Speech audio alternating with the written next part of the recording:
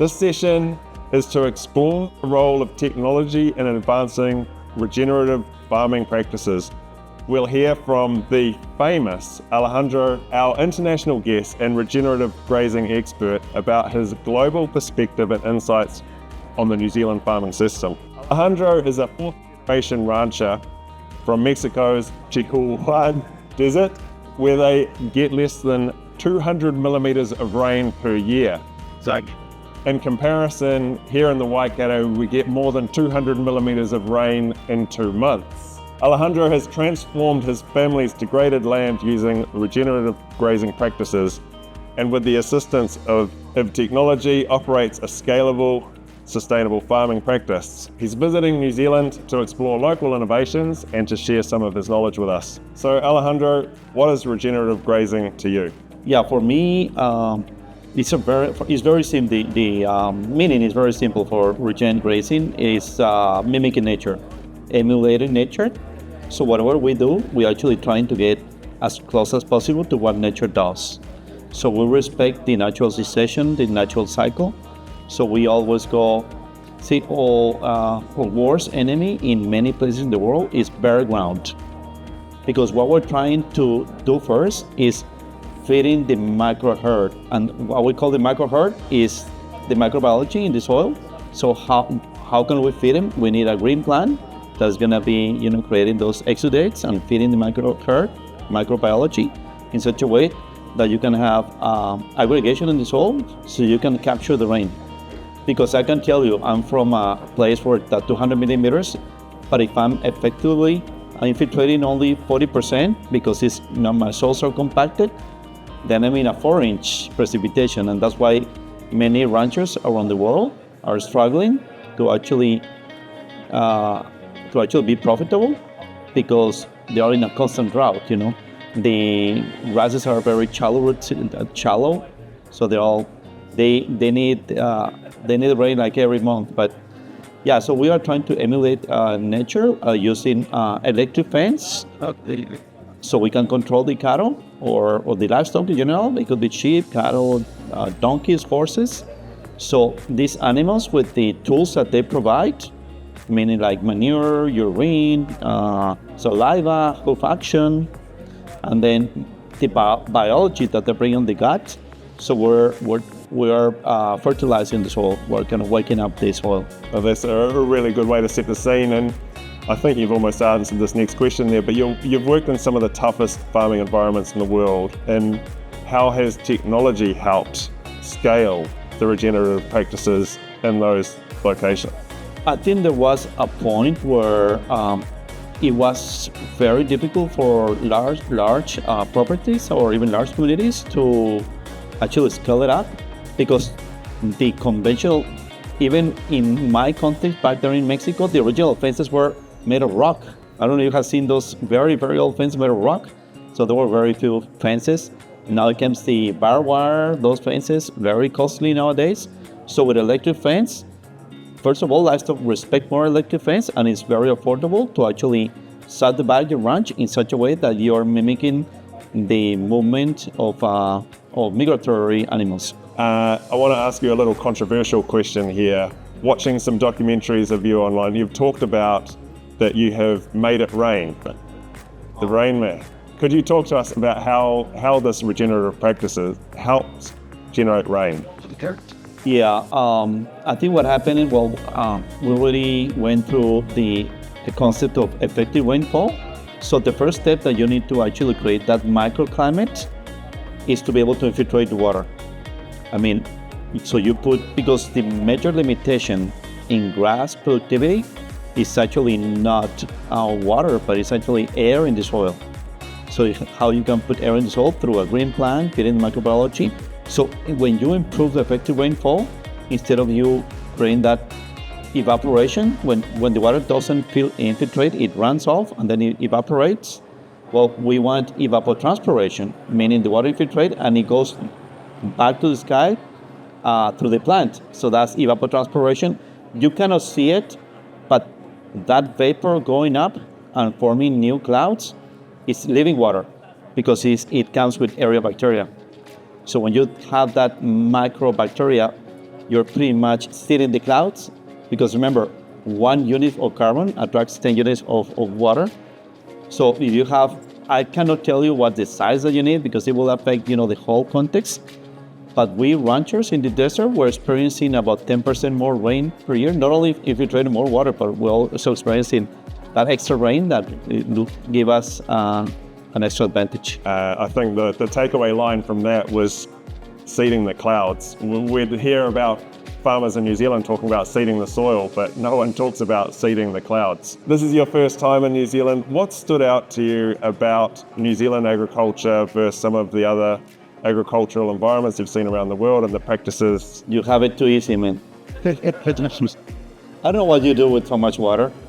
No, I mean, it's a beautiful place. It's such a green place. I mean, you are known worldwide to the good quality soils. I mean, products coming from such a green, beautiful, kind of magic place. Reality is it doesn't matter if, we've been doing some work near the Amazonia, and they used to get 2 meters per year. Now they're getting 1.5. Well, still a lot of water, but we need to protect the soils. We need to actually promote diversity. So we may be thinking that we are doing a great job at rotational grazing, but reality is a lot of ranchers worldwide are doing rotational overgrazing. So let's say you give 30 days of rest, but we have done experiments like in dry tropics, and then you extend that rest period for 60 days before you come back to the same spot. And they've been able to create more diversity. And actually, even though you may say, well, but I'm not grazing my grasses at the optimal point, but you're promoting more legumes, more forbs, and that will help your cattle to keep more healthier and to get more pounds. To get more pounds. Mm.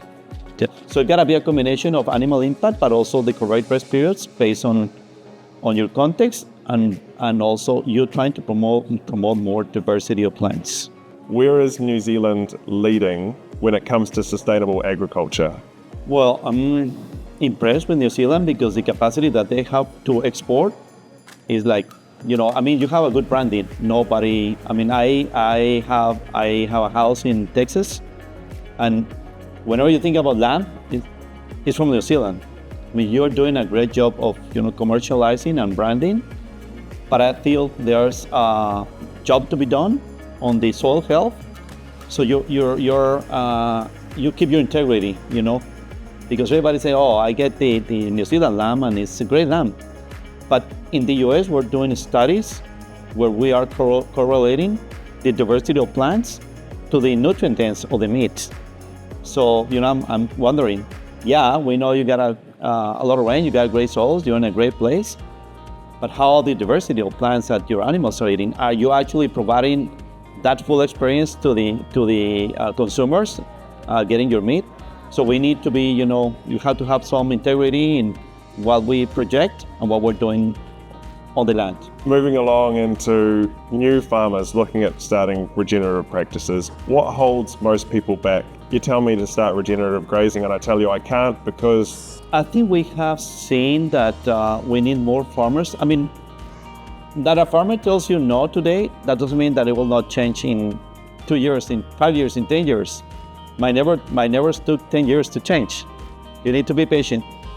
But actually the people making the change is farmers between 30 and 40 years. See, we already get over a problem we used to have in many countries where the fathers told their sons or daughters, yeah, that's great idea, but not here, you do it somewhere else. So now the parents are accepting their kids to actually try something different. And think about it, this actually makes a lot of sense, because I think the new generations are more aware of what they eat, or where they're coming from, and what we do, which actually makes total sense for them. We're protecting the wildlife, we're putting a more clean product, a more nutrient-dense product, many benefits that we have today that people have no hope for that. Now, let's also keep in mind that we've been talking about compacted soils, right? So the most compacted soil we have in farmers is between their ears. So we need to open up that with strong examples and also education. We always tell farmers that they need to be more experimental.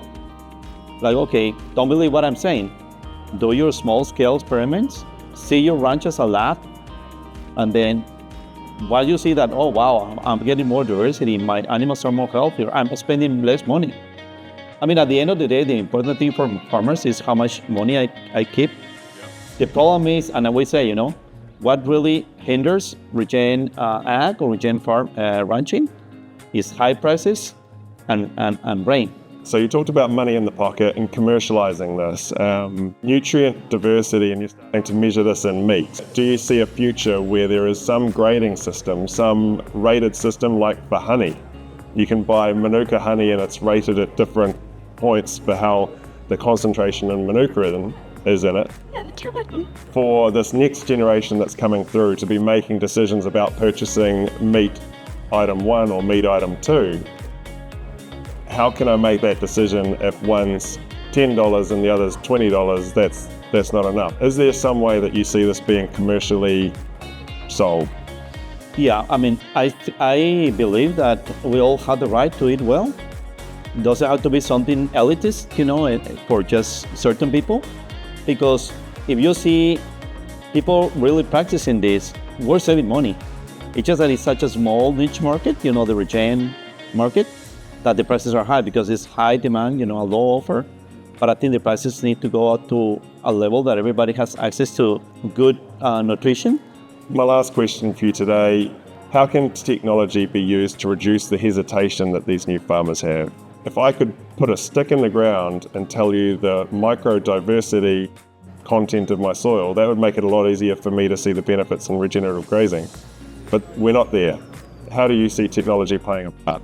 The consumer is going to push also, the producers, because you're going to be able, you as a consumer, with the research that is being done there in US, that is research that is there it's already available, that you can send that piece of meat and they will tell you exactly. See, the latest research, there's a difference of 50% nutrient density on animals that ate 3 or 4 different plants than animals that ate 10 plus plants. So you're getting that 50% additional nutrient density.